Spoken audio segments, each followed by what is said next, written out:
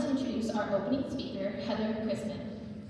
Heather Chrisman is a senior at the University of Colorado Denver, pursuing a Bachelor of Science in Psychology with a minors in neuroscience and criminal justice. A survivor advocate and a mother of three, Heather founded Student Workers Against Trafficking, or SWAT, a survivor-led trauma-informed student organization dedicated to trafficking awareness and prevention on the Auraria campus. She serves as the Associate Justice on the SGA Judicial Committee and chairs the SAAPM Sanctuary Policy Subcommittee, where she leads efforts to build a formal sanctuary policy for campus. She is also a certified peer support specialist with direct experience supporting single mothers recovering from domestic violence and housing instability. Heather's advocacy is rooted in her own lived experience. As a client of the Phoenix Center at Auraria, she knows firsthand what it means to need support and to receive it. She built SWAT because the care she experienced with the PCA showed her that survivor-centered support was possible. Please give a warm welcome to Heather.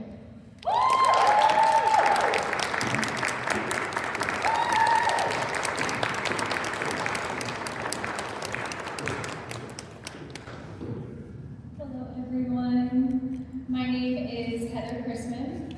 I am a psychology student here at CU in the city, and I am working towards minors in cognitive neuroscience and criminal justice.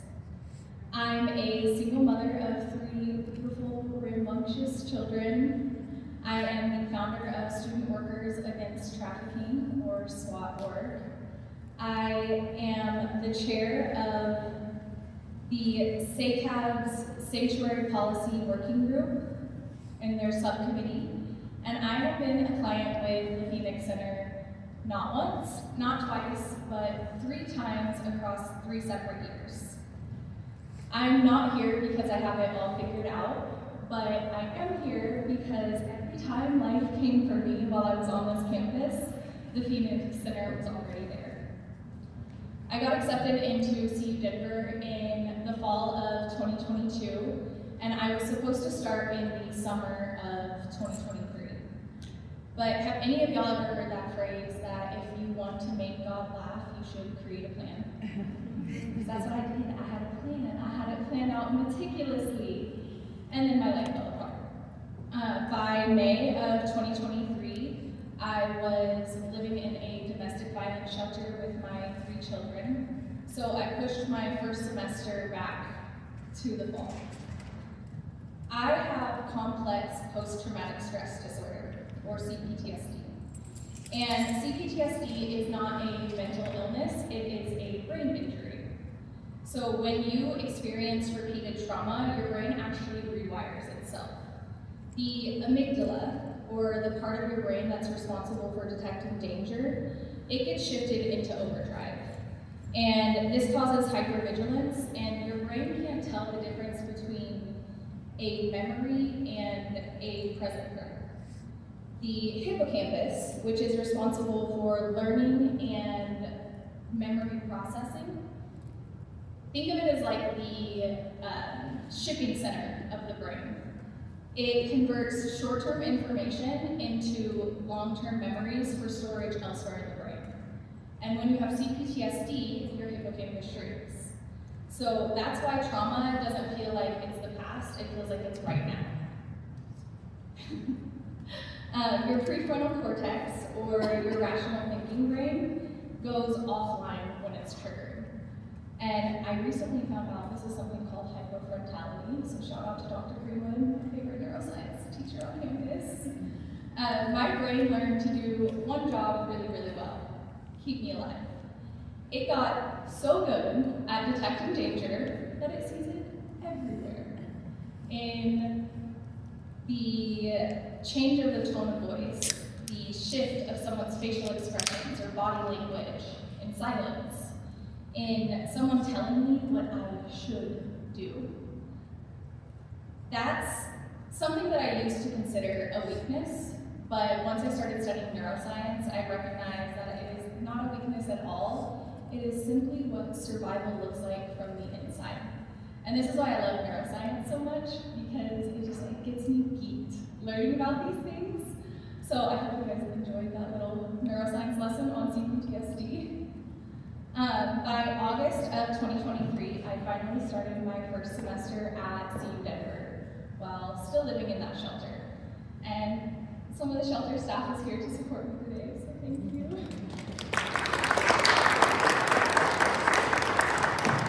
That's the first semester that I walked through the doors of the Phoenix Center. They helped me create a safety plan when I had no plan, and they advocated for me, not just as a victim of violence, but as a whole person, trying to hold her life together, her family, her education, and her future all at the same time.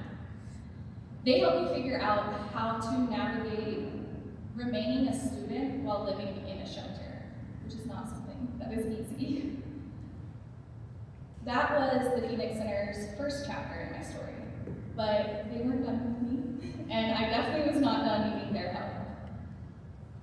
When domestic violence followed me into the next year, I went back. Same commitment, same care, no judgment that I was back with them. No making me feel like I should have had it all figured out, which thank you, because that's not how trauma works, and that is not how survival works.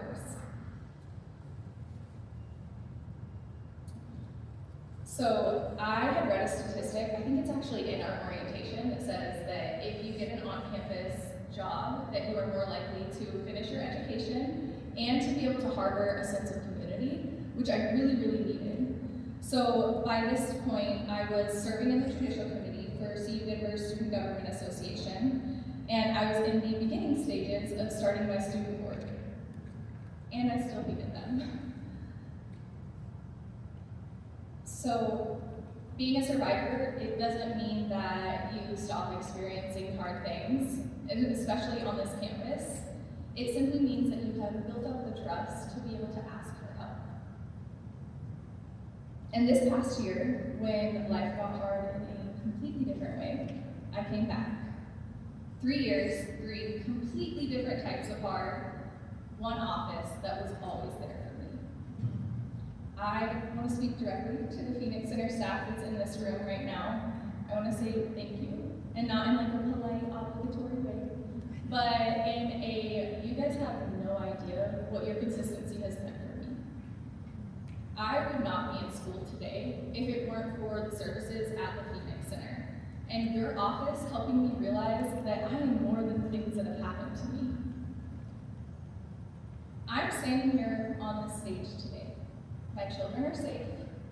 I run an organization, Student Workers Against Trafficking. I never would have believed in starting that work here at Auraria if you guys had not first believed in me. I would not have founded SWAT on Auraria campus if the Phoenix Center did not exist. Not because they told me to build it, but because the way that they treated me taught me that survivor-centered care was possible. That it could exist as a real thing on a real campus helping real students. Every single time that you guys showed up for me, it mattered. And here's what I need everyone else in this room to understand. The Phoenix Center of Auraria is not just for the worst night of your life. It is for the student sitting in a classroom just trying to hold it together, or the person wondering if what they're going through is bad enough to ask for help. It's for the student who needs an advocate in a room full of administrators. And all of that work costs something. It costs time, resources, staff, and sustained institutional support. Like personally, I think the fee rate should have been to $30, but we are happy with the $10 that we got. Every time that you guys are fully resourced, a student gets a safety plan instead of a spiral.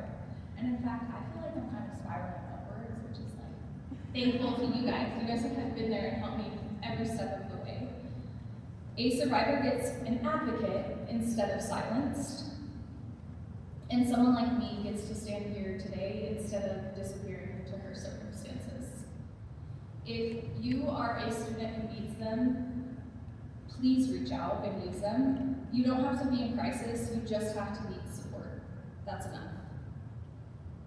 And if you're someone with the power to support this office, an administrator, a donor, a decision maker on campus, I'm asking you directly, invest in the Phoenix Center. I'm proof of what that investment produces. It is my absolute honor to be opening the space today. And it is especially meaningful to introduce someone who walked these same halls, accessed these same services, and chose to turn her story into something that helps other survivors find their way. She is a CU Denver alumni, an author, a best-selling author, mind you, and a survivor. Her memoir is called Death Serious: How Death Made Me Laugh at Life. And today she's coming back to this campus to show us what it looks like on the other side. Please welcome Sarah Marie Shula.